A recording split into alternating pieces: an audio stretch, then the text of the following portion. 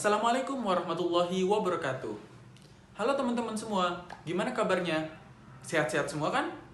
Hari ini kami kelompok 1 dari kelas 10 MIPA 4 ingin menceritakan tentang agama Hindu. Tapi sebelum itu, izinkan kami untuk memperkenalkan diri. Nama saya Bagus Tejumukti, absen 5. Nama saya Nur Kalimah Mahiro, absen 28. Nama saya Adinda Kusumurani, absen 1. Nama saya Najwa Mahasri, absen 23. Nama saya Nadia Nur Karimah Zahra, absen 21. Baik, kita semua sudah memperkenalkan diri. Tapi sebelum kita memulai, kalian tahu nggak sih apa itu agama Hindu? Pasti tahu dong, agama Hindu adalah agama tertua loh di dunia.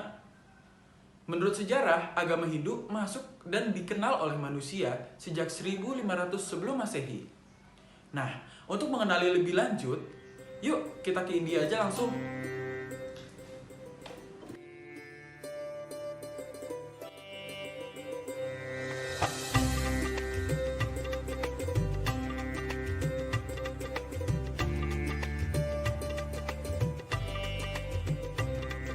Baik, sekarang kita sudah ada di India, tempat lahirnya agama Hindu.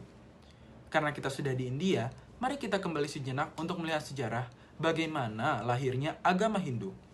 Mari kita kembali sekitar 1500 sebelum Masehi, di mana ada sebuah bangsa, yaitu bangsa Arya, masuk ke India.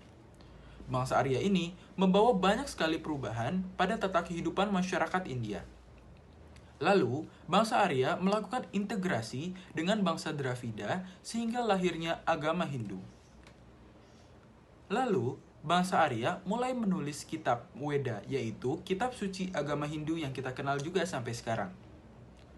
Untuk penjelasan lebih lanjut tentang kitab Weda, nanti akan dijelaskan oleh teman saya. Selanjutnya, dikenal juga ada sistem kasta, yaitu ada 4 kasta, kasta Brahmana, kasta Ksatria, kasta Waisya, dan kasta Sudra.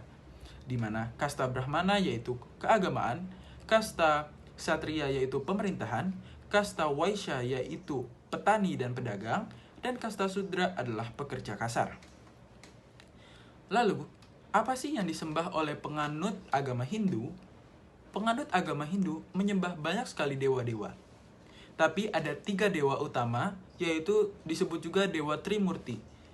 Yaitu ada 1, Dewa Brahmana, Dewa Wisnu, dan Dewa Siwa.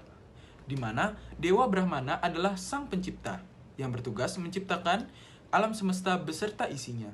Dewa Wisnu di mana merupakan dewa pemelihara yang untuk bertugas memelihara penciptaan Dewa Brahmana. Dan Dewa Siwa adalah dewa penghancur yang bertugas untuk menghancurkan seluruh alam semesta beserta isinya. Lalu, agama Hindu juga memiliki hari-hari besar yang kita kenal seperti Hari Raya Nyepi, Hari Raya Galungan, dan Hari Raya Kuningan. Pembahasan yang selanjutnya mengenai kitab suci agama Hindu. Ajaran agama Hindu didasarkan pada kitab suci atau susastra suci keagamaan yang disusun dalam masa yang amat panjang. Di dalamnya memuat nilai spiritual serta tuntunan dalam kehidupan. Di antara kitab suci tersebut, Weda merupakan kitab yang paling tua dan paling lengkap. Di dalam kitab tersebut terdapat sangat banyak nabi yang menerima wahyu, namun yang terkenal hanya 7 saja, yang disebut Sapta Maharsi. Weda berasal dari bahasa Sansekerta, yaitu dari kata wid yang berarti tahu. Kata Weda berarti pengetahuan. Dalam rumpun bahasa Indo-Eropa berakar dari kata wid yang berarti melihat atau mengetahui. Wid juga merupakan akar dari kata wit dalam bahasa Inggris, sebagaimana kata vision dalam bahasa Latin. Secara umum, kitab suci Hindu dibagi menjadi 2 kelompok, yaitu kelompok kitab Sruti dan kelompok kitab Smriti. Yang pertama, Sruti berasal dari kata yang artinya yang didengar atau wahyu. Yang tergolong kitab Sruti adalah kitab-kitab yang ditulis berdasarkan wahyu Tuhan. Contohnya kitab Weda, Upanishad, dan Bhagavad Gita. Yang kedua Smriti, berarti yang diingat atau tradisi. Yang tergolong kitab Smriti adalah kitab-kitab yang tidak memuat wahyu Tuhan, melainkan kitab yang ditulis berdasarkan pemikiran dan budaya manusia. Contohnya kitab tentang ilmu astronomi, ekonomi, politik, kepemimpinan, tata negara, dan lain-lain. Pura merupakan tempat suci umat Hindu. Pura biasa didirikan di tempat yang sekeliling asli seperti laut, gunung, gua, hutan, dan sebagainya. Penyebutan nama tempat suci dalam ajaran Hindu tidak secara gamblang. Tempat suci atau pemujaan ini disebut Devalaya, Devatana, Deval, atau Deul yang berarti rumah para dewa. Tempat suci menurut Hindu mempunyai dua pengertian, yaitu tempat suci karena kondisi alam atau sendirinya, dan tempat suci karena disucikan atau dibangun. Tempat suci karena sendirinya adalah puncak gunung, sumber mata air. Sedangkan tempat suci yang dibangun adalah pura. Kata pura berasal dari bahasa Sanskerta, pur, puri, pura, puram, pore, yang artinya kota, kota berbenteng, kota dengan menara atau istana. Dalam perkembangannya, di Pulau Bali, istilah pura menjadi khusus untuk tempat ibadah, sedangkan kata puri menjadi tempat tinggal bagi para raja dan bangsawan. Fungsi pura sebagai tempat suci umat Hindu di Indonesia. Pura merupakan tempat pemujaan Hang Widiwasa dalam prabawanya atau manifestasinya dan atau Atma Siddha Dewata atau roh suci leluhur dengan sarana upacara yatnya dari Trimarga. Suci umat Hindu memiliki arti dan fungsi yang sangat penting. Yang pertama, tempat untuk memuji Tuhan dengan segala manifestasinya. Yang kedua, tempat untuk mendekatkan diri dengan Sang Pencipta yaitu Tuhan. Yang ketiga, tempat dialog atau komunikasi sosial masyarakat dan tempat persaksian atau suatu aktivitas. Yang keempat, tempat mengasah dan mendidik calon-calon pemimpin masyarakat.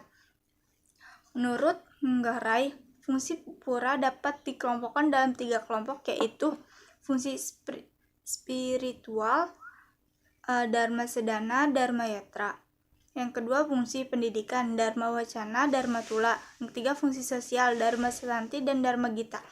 Hari ini saya akan menjelaskan tentang proses masuknya agama Hindu ke Nusantara. Jauh sebelum masa kolonial datang ke Nusantara, sudah ada orang-orang terlebih dahulu sampai ke Nusantara. Orang-orang ini adalah para pedagang dari India dan Cina. Melalui jalur perdaganganlah mereka agama Hindu mulai hadir di Indonesia. Contohnya adalah Majapahit yang merupakan kerajaan agama Hindu. Menurut para ahli sejarah, cara masuk dan proses penyebaran agama Hindu di Indonesia terbagi menjadi 2, yaitu 1. Masyarakat Nusantara berperan pasif, dan yang kedua, masyarakat Nusantara berperan aktif. Dari 2 cara tersebut muncul 5 teori tentang masuknya agama Hindu. Yang pertama ada pasif. 1. Teori Brahmana. Teori ini dikemukakan oleh Van Leeuwen. Dia mengemukakan bahwa para kaum Brahmana diundang datang ke Nusantara karena ketertarikan raja-raja yang berkuasa dengan ajaran agama Hindu. Kedua, teori Waisya dikemukakan oleh N.J. Crown yang menyebutkan bahwa para pedagang yang beragama Hindulah penyebar utama agama tersebut di Indonesia atau di Nusantara. Ketiga, teori Ksatria. Pada zaman masuknya Hindu ke Nusantara, di daratan India dan Cina sedang berlangsung perang saudara. Lambat laun mereka mendirikan kerajaan kembali di Nusantara dengan corak-corak yang berhubungan dengan agama Hindu. Yang kedua ada aktif. 1. Teori arus balik. Teori ini berasumsi bahwa perkembangan ajaran Hindu yang pesat di India, kabarnya sampai terdengar sampai ke Nusantara, dan kemudian menarik minat para kaum terpelajar di Nusantara untuk berguru ke India. Yang kedua, teori Sudra. Para budak dari India dan Cina datang ke Nusantara karena dibawa oleh pemiliknya, atau karena mencari kehidupan yang lebih baik. Hal tersebut membawa perubahan pada penduduk yang pada awalnya memeluk animisme dan dinamisme berganti memeluk agama Hindu. Pengaruh Hindu di Indonesia tidak hanya berupa ajaran agama saja, tetapi juga peninggalan sejarah yang terdapat di berbagai wilayah Indonesia. Peninggalan sejarah itu dapat berupa prasasti, candi, maupun karya sastra. Prasasti Mulawarman. Prasasti ini ditemukan di Kutai, Kalimantan Timur, dan ditulis dengan huruf Pallawa dan dalam bahasa Sanskerta. Yang kedua adalah Prasasti Aditya Warman, ditemukan di Sumatera Barat, di daerah Batu Sangkar. Yang ketiga ada Prasasti Batu atau Prasasti Ciarutan. Peninggalan Hindu yang kedua adalah candi. Pertama, Candi Prambanan atau Candi Lorojonggrang. Yang kedua adalah Candi Portibi. Peninggalan Hindu yang keempat adalah pada bidang agama dan adat istiadat, seperti upacara ngaben, yaitu pembakaran atau kremasi jenazah di Bali. Dan pada bidang agama adalah ada Hari Raya Galungan dan Hari Raya Nyepi. Dan itulah peninggalan sejarah Hindu yang tersebar di wilayah Indonesia, yang berupa prasasti, candi, maupun karya sastra.